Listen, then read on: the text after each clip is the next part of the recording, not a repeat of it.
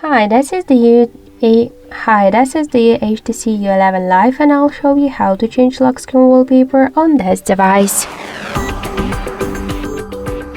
So first open the settings application and then tap to the network and then tap to the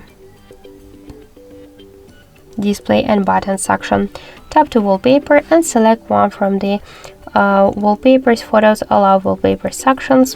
Just to use one from the default wallpapers, just select them. Tap to set wallpaper, select lock screen. Wait a second. Now let's just lock the device. And we could see that we just successfully changed our wallpaper. And also we could make it by another way. Just hold for a while home screen with a finger and tap on the left down corner to wallpapers icon. By the same way, select one from the wallpapers.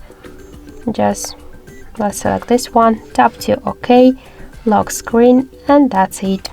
So thank you guys for watching, and if you like this video, leave thumbs up and subscribe.